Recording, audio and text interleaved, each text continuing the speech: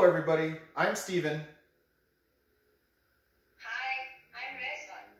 And we're Cardboard Coalition. Today, we thought we would bring another game that we've had in our closet out, Champions of Midgard by Gray Fox Games. And we're going to do a quick how to play, and I hope you guys enjoy. Are you ready to learn how to play the game, Rezvan? Yes, I'm ready. All right, let's get to it. Okay, so we have a game set up right now for 2 players, and that's gonna, there's gonna be a reason, there's something I have to point out about 2 players, but I'll get to that in a little bit. So basically, we've set out our trolls, we've shuffled the deck, right? It's this deck up here. We shuffled it, we put out a card. We've shuffled our Draugr deck, which, if I remember right, they're in the Greek mythology, they're kind of like horrible warriors, right? They didn't die well, and they're kind of zombies. But there's the Draugrs, and you put out your 2 Draugrs. Then next, you fill up these areas right here, and you have military tiles, and you go ahead and put the military tile out, and you have a set of those. You got a handful of them, as you guys can see. So shuffle it up, you put out that military tile, and you put out the economic tile, right? And these just give you things that you can do, right? And it'll show you on the tile what you can do. And just like the military, you have a couple economic tiles, you shuffle them up, you pick one, you put it down. Now, as I said, we're set up for a 2-player game right now. And if you look down here, there's an empty market space for 3 players and 4 players, but it really lets you know. The iconography on this game, I think, works really, really well. So now we've set up the stalls. Then we put out some of the dice. These are some of the warriors that you can hire, some food, and some extra meeples, some extra Vikings that can work. Then you go ahead and you set out the public boats that you can use. You put out the boats that you can buy, which you guys can barely see. I know, cameras is still not the greatest. Then you set out the merchant ships. You shuffle the deck, which I forgot to put 1 card out, and then you put out 1 card. Then you come down here, you put out your voyage cards. I believe that's what they're called. And then you have your monster cards, shuffle them, put them out. Same with voyage cards, shuffle them, put them out. All right, and then kind of out of sight, some of the things you can't see is we got some food cubes sitting here. We have ourselves some wood cubes. We got our, damage tokens, right? For damage when you're fighting the monsters. And then, let's see if I don't spill them everywhere, we got a whole bunch of warrior dice. So there's our axemen. I believe those are called axemen. Here's our spearmen, right? You see little spears on there. And then we have our basic guys, right? Our swordsmen, right? So you put those piles out. Then we also put out our gold, which is right here. Some gold. We have, excuse my reach, we have our favor right here. And I kind of have to jump to the other side. And we have our blame tokens, which I'll probably keep calling them shame tokens because that's what I keep calling them. Then we also put out our marker for our 2 players. If you had 3 or 4, you put more markers out. Then the player takes the second marker, so they know which marker is theirs on the glory track. They take 4 meeples. The reason each player gets 4 in this version is because it's 2-player. If it was a 3-player, 3 or 4 player, you would take away 1 meeple, right? And then you also put 1 meeple of each color at the worker's hut. And this is where you can buy an extra worker so you can do more things. Then you give each worker 1 wood, right? And 1 food. You give them 1 coin, 1 gold, and 1 favor. Then, you also give them 1 Viking dice, fighter dice, and it's a swordsman dice, so each person gets 1. Now, I've already set it up, but what you end up doing next is you pick out of a set of heroes. There's a handful in this stock game. There's 5 for a 2 to 4 player game. And what you do is you pick the first player, and that first player is whoever's had the most recent triumph in battle, right? Then they get a pick. And whatever you decide a triumph is, that's really up to you. But then they get to pick which one they want. Each person has a special ability. Like Dagrun, the Destined special ability is draw one additional, I forget the name of these cards, but it's at the Sov house. When visiting the Sage's hut, choose one to keep. So if you decide to go here to the Sage's hut, I called it the Sov house, you get to pick one of these, right? And well, with her, you get to pick two. So you grab two of them, and then you can pick which one, put the other one back. But the first player picks, and then it goes clockwise, and everybody picks their players. And I already set that up. And that's basically a quick run through of how to set up the game. Then we get into play. This is a worker replacement game. It's also a dice rolling game, which makes me really like it. I love dice games. So what you end up doing is you pick what you want to do on the map, you place your worker down, you do that action, right? And in the beginning you have 4 workers. So let's go through these actions and what you can do. And as I said before, there's iconography, right? And it really tells you, not just where it tells you how many players, like down here, this is very helpful. If you have 4 players, you can put another ship down. You have another, what's it called? I think it's a travel card or something. It's the seafaring card, tells you what happens on your voyage. You can put down one more monster card. But they also have, down here, you could see the little iconography, and I'll kind of go through that as quick as possible. Now, I gotta walk over here to the other side. So if we start up here, we'll go kind of just back and forth, top to bottom. You have the troll you have to fight. If no one fights the troll in the turn, they end up getting blame, all right? You end up getting one of these blames. That's why I call them shame, right? No one fought the troll. But if you fight the troll and you win, you get to get rid of one of your shames. It says it here on the card. And all the trolls have the same thing. You can get rid of one shame, right? And then you can get one piece of wood, right? Oh, sorry. Let me do that right. You can get rid of one shame, give one shame to another player, or blames. I told you I was going to keep calling it shame. Then you also get one piece of wood, right? If you beat the troll. And I'll talk about how you fight the trolls and the draugrs and the monsters. They all work the same. So you fight the troll if you go here. So what would happen is you take one of your workers and you place it down, right? And you say, okay, I'm going to fight the troll. Now, if you notice, there's only one circle. That means only one worker can go in any of these spots, except for the hunting ground, which you can put as many, not yourself, you can only put one worker yourself, but 4 players can put a worker down here. We'll talk about what that is in just a second. So you put your worker down, you fight the troll, or you fight over here the draugrs. And so there's 2 spots, so you can pick what draugr you want to fight, and you just kind of put your little meeple down. You're like, I want to fight this draugr, I want to fight that draugr. And we'll go into the battle portion in a second. First, we're going through just the worker placement. Then we have the runesmith, right? And so with the runesmith, you go there, you give 1 wood, and you get 1 rune. And what runes do is they give you extra things. Like this one says, double your current coins, maximum of 5. So you can discard this to double your coins. Or if you keep it to the end of the game, you get that much valor. I'm probably going to call it different things, but it's what moves you along the score track, right? So, and I forgot, let me do this really quick. Each player is actually supposed to have 1 rune each. So each player gets 1 rune. So we'll just give them the 1 rune each. And you can see like this one's different, right? Discard a journey card. That's what these are called down here, the journey card. Discard a journey card. You just revealed and resolve the next one in the deck. So basically you can get rid of this, get rid of one of your journey cards and take the next one in the deck. But also at the end, if you have it, to glory, right? So there's your rune cards.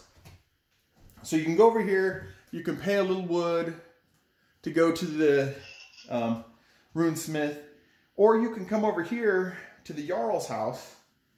And what that means is you get 1 white die, which is right here, right? And you get the first player marker, right? Forgot to do this in the beginning. So you assign first player. It's that person who won the most glory, the person who picks the first character, right? So you can, if you go there, you get to be the first player next, and you get 1 die. And players go around to the left as usual. Now, if you already have the starting player token or marker, you could still go to the jarl's house, right? If you go to the jarl's house, you just get a swordsman die, right? All right. So then let's go through. Then you have the market, and like I said, the iconography really kind of tells you how all this works. So at the market, I know it's hard for you guys to see, but it says trade a food, a coin, or wood, 1-to-1 ratio. So what you could do is you could trade 1 food or 1 wood. I know the colors are pretty close. Or 1 coin, if I can reach over here. Bam! 1 coin for 1 wood, 1 food, right? So you can trade a coin for a piece of wood or some food, or you can trade some food for a coin or a piece of wood, or you could trade a piece of wood for a coin or some food. So it's basically a way to kind of move your materials around, the things you have around. All right, so that's the marketplace. Then we've added, well, that's the market. Then we've added some market stalls. Like I said, for a 2-player game, you do 1 military, 1 economic, and it'll tell you right here what you do. So the military one says spend 2 coin, get 1 white die, 1 black die. And down here at the, what is this? It's just a general market. No, it's I can't read it from here. It's someone's market. So if you go here, you get 1 wood, 1 food. So the same as before. You just place your worker down, Or you can start getting some fighters, right? You can put your worker here, which gives you, it's the swordsmith, gives you 1 sword fighter. I'm going to mess these up. Or you can go here, right? And it gives you a spear die, the red die, the hofter. Then or you can go down to the blacksmith and you can get an axe die and you get the die there. Or you can come all the way down here to the smokehouse and get some wood, right? Then you have over here, it's the stave church, and you can trade. There's a ratio, and it has the ratio on here. I won't go through all of it, but you can trade gold for favor. And the reason you would do that, at least that I found, is at the end of the game, gold's worth a little bit, favor's worth a lot more points. Shame or blame takes points away from you, right? And I'll go over that really quick in the scoring thing. So you can decide to go here, swap some stuff out. You could also go over here to the sage's house, and you would get one of these, right? We talked about that with that 1 character. And it gives you something to do in the game, right? And it tells you, like this one says, have the most runes, and these are the rune ones up there, have the most runes at the end of the game. If it's just you, if you have the most, it's 4. If you tie, if you can see down here, so if 2 or more people get it, everybody gets, or not everybody, just you get 2 points. If you have this card. Everybody would have to have this card to make points off of it. But if you're the only one with the most runes, you get 4. If someone tied you, or, 1 or more people tied with you, then you only get 2 points. They get no points. So you got that option. And then, well, I'll just go down here. Then you have the ship market, and it tells you what to do. So it says you have to pay a coin. I got to move to the other side again. I know it's a big, long board. So you pay 1 coin, 1 wood, and then you take a ship. Now this ship, and there's 2 different public ships. This ship, you pay nothing extra, and it tells you what you can do. It says capacity 5. And how capacity works, that is how many players and food. So how many dice you could put on the ship, and how much food you can put on the ship, right? And I'll explain when we get down here to the journey why that matters. So you can get this one without paying anything extra. Oh, I'm sorry. Let me go back to that. For this ship, you don't have to pay anything extra because it tells you how much you have to pay. But if you want this ship that has the 10 capacity, you have to pay 1 coin. So it tells you have to pay what the ship says. And that's what that actually says there. I'm sorry. I glanced at it and said 1 coin, 1 wood. You have to pay what the ship asks for. The 5 capacity asks for nothing. You just kind of go there. The 10 asks for a gold coin. Then you can also buy your own ship. So you could say, I'm coming over to the ship, right? And I'm buying this ship, let's say. Right? You put your meeple down. And it tells you, for this ship to buy it, you have to have 2 wood and 2 coin. But this ship gives you a capacity of 8, and it gives you 8 victory points or glory points, right? For the victory track, basically, but the glory track at the end, if you own the ship, right? Or you can buy this one. They're different. This has a 6 capacity, but it only costs 1 wood, 1 coin. Also, if you notice with the other one, there's a little number down here. I just pointed that out, though. That's the victory point. So you get that victory point. So you can buy any of those ships. And also with the ships, they're marked to tell you how to add them in. I have them backwards. So if you have 3 players, add this ship. If you see it up there. And then if you have 4 players, add this ship. So you have 4 ships out there. So that's the ships. And the last place that you can go to with your worker, we'll explain ships still here in a second. We'll go back to it. The last place you can go is down here, right? And you can go to the merchant ship. And at the merchant ship, you pay, or you don't pay. Oh yeah, you do. Sorry. You pay 1 coin and you get 3 food. So you would pay 1 coin, right? And you would get 3 food. All right. So that is basically all the stuff you can do up here. Now, once you get a ship, though, I know I'm kind of going back a little bit, but once you get a ship, you can choose which monster you want to fight.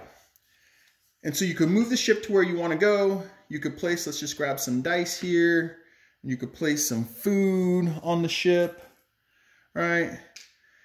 And so you place it right there until you go to the fighting round, which is the next kind of phase, right?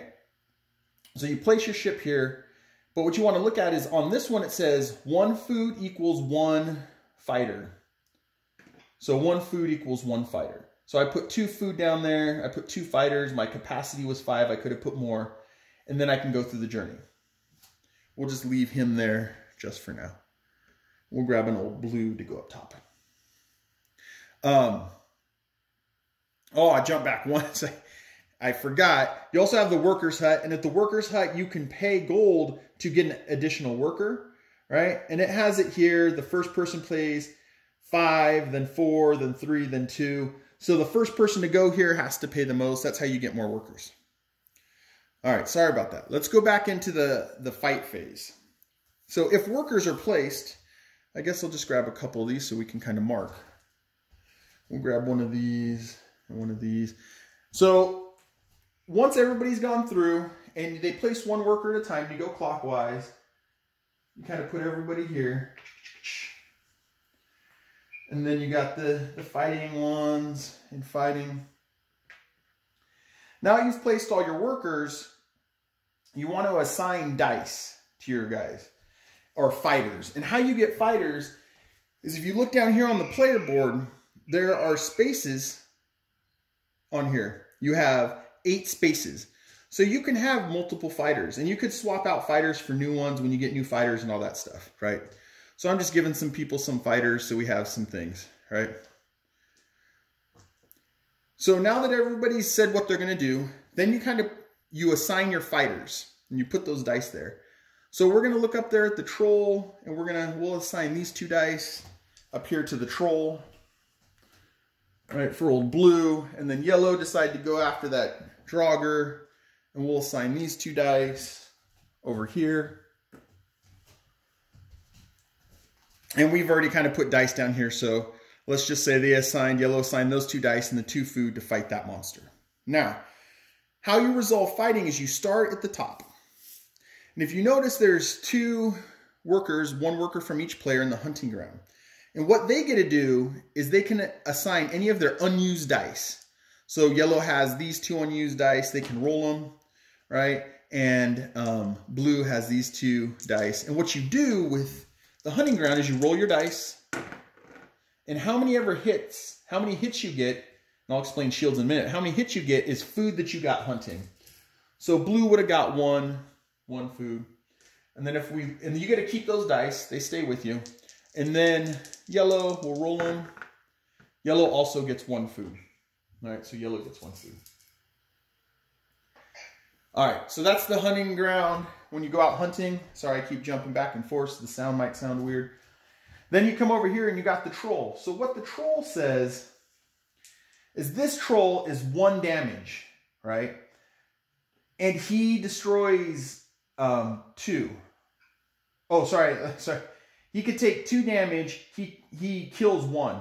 So what ends up happening, I did that backwards. Let me pull that card up. So this is the number you have to have or beat, right? You have to have 2 or more hits. And he kills 1 die. One of your warriors gets killed every time. So you go ahead and we have blue go through, roll their dice. Whoa, blue rolled really good. So he got 1 sword, 2 spears, got 3 hits. He kills the troll, right? Blue kills the troll. Troll comes down over here to the discard pile. But what blue gets to do is if he had any shame markers, he can get rid of that shame marker, right? But he also gets to assign a shame marker to another player, which is good because at the end of the game, got to step over here to grab the shame markers. At the end of the game, shame markers make you lose points. So when you get shame markers. So he won, he got his wood. He's going to get his wood. I can give him his wood. Blue gets his wood. He could get rid of a shame marker, but he has none. Right? And he gives a shame marker to yellow. And that card, this just goes down here to the monster deck and you discard it. Now you go to the next fight, which is the Draugrs. Let's get rid of these dice. Or the Draugr that yellow decided to fight. Now the Draugr has... you have to have 2 or more damage, and the Draugr is going to kill 2 of your people, right? And, oh, I should go back 1, but I'll explain it here. But also the Draugr will give you 5 victory points for defeating him and 3 pieces of gold. So the card kind of walks you through what it does. So you have to roll 2 hits or more to kill him, and he kills 2 dice. Now what you do is you take your 2 dice, you roll them, and once again, I'm just getting amazing rolls right now. There's 4 hits. That means yellow, you pick up your workers, sorry, as you go. That means yellow beat the Draugr. So the Draugr, I'm sorry, like I said, I'm stepping back and forth. The Draugr goes into yellow's victory pile because there's win stats at the end, and it has to do with how many colors of each you get and stuff like that. Now the players get their little meeples back so far. But yellow also got 5 victory points and 3 coins for beating that Draugr. And I know the Draugr is kind of out of view for you guys. So yellow gets to move over here to 5. And they also get 3 gold because they beat that Draugr. So then they get 3 gold. All right, then you move down here. So yellow also decided to go on a voyage. So the first thing yellow has to do is deal with this first card. So the card will tell you, it says lost. Ooh, this one's rough for yellow. So it says lose 2 items. It could be either food or heroes or warriors. So they went on this voyage, they got lost for a little bit, and so they have to decide. So yellow looks down here. They know they have to get rid of 2 items, 1 food per item, so you're not getting rid of 2 food. So yellow's going to get rid of these 2 things, right? That warrior dies. That food has been taken away. So now that yellow has done that, now they can fight the monster. And so yellow, it says, has to get rid of 1 food. Down here it shows you to stay alive for the voyage. Right? And then they can fight the monster. So this monster has a 3 defense. I'll bring it up so you guys can see.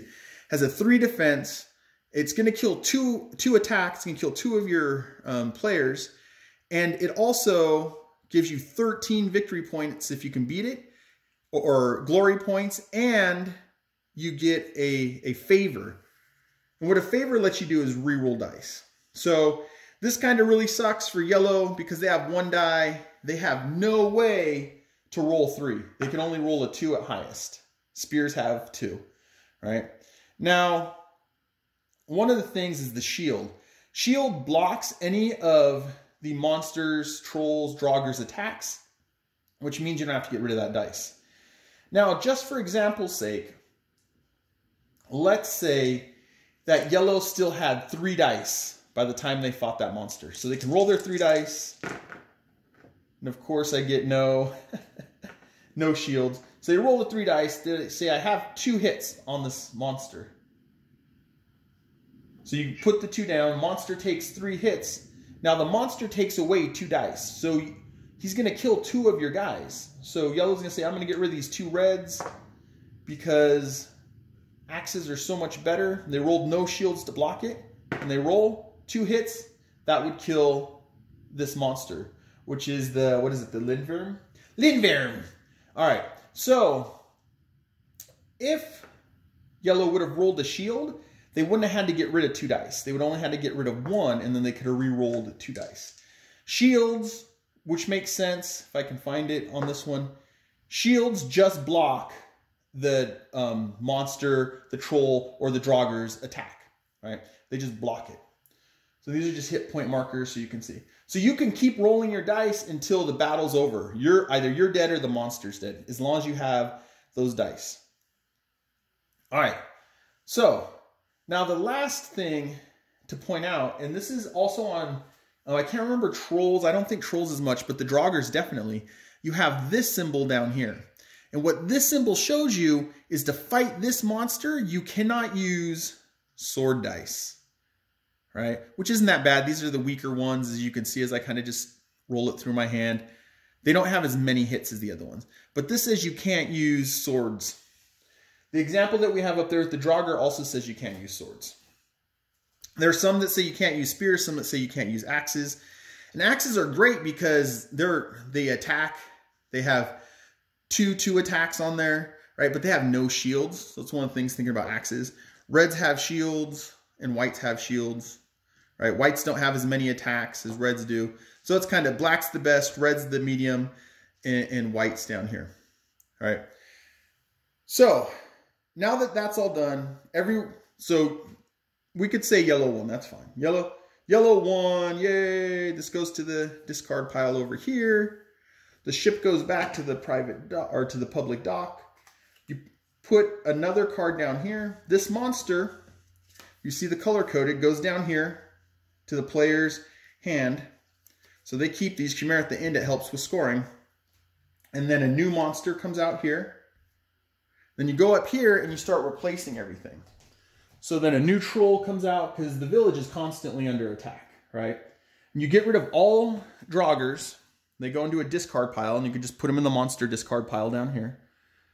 You put 2 new draugrs out. So you always put 2 new draugrs, right? You put a new, well, all work down there. You put the 2 new draugrs down. Now, if you see the blue marks, it lets you know that something has to be added every round, even if there's dice there or food. So in this case, since no one picked up workers, 1 die, 1 die, 1 die, 1 food. And then down here, if you notice it's blue, what it's saying is you have to put a new ship comes into harbor, right? So you put a new card down. Once you have replenished everything you need to replenish, trolls are out, draugrs are out, you've fixed the journey cards and the monsters, you've put any extra dice down or food, right? The round token moves to the next one. This is the round token, right? It moves to the next one. So round 2. You have 8 rounds to get as much glory as you can. So the village decides you can be the next jarl, which is like king or prince or something, right? So you're basically trying to get glory to become the best jarl in the game. And you're going against other people. Now the last thing I'll say, because we went through everything. You kind of just rinse and repeat. The last thing I would say is, if I'm going to steal this worker, though you have to buy the worker, I'm stealing it for closeness sake. If you go here in round 2, you get both these dice. They're both yours. Same with all these. There can be 5 dice in here if no one's grabbed them. Whoever goes here gets all those dice. All those dice, all those dice, all that food. No matter what. And it just keeps replenishing. And you just go round by round. There's also a quick turn order guide here that tells you really quickly how to walk through everything. And I know at first this might sound like it's a little complicated, but once you walk through the game, or even just a couple rounds, 1 round, 2 rounds, you start understanding the flow. And it becomes really simple to walk through. So, at the end of the game, and the game ends when you get to 8, then you do scoring, right? You look at where you are on the track from how many monsters you have beaten. You look at how many different sets of, see the different colors, how many different sets of monsters you have on you, right? Monsters or draugrs, right? And you score those up. And I'm not getting too in depth in the scoring, but you score through all that. There's your glory. You look at how much glory you have, you score that up. And you just go through and you see how many things you have, you add the score up. And at the end, whoever has the highest score, the village votes as their next jarl. And that's basically how you play through Champions of Midgard by Grey Fox Games. Does that make sense, Rezvan?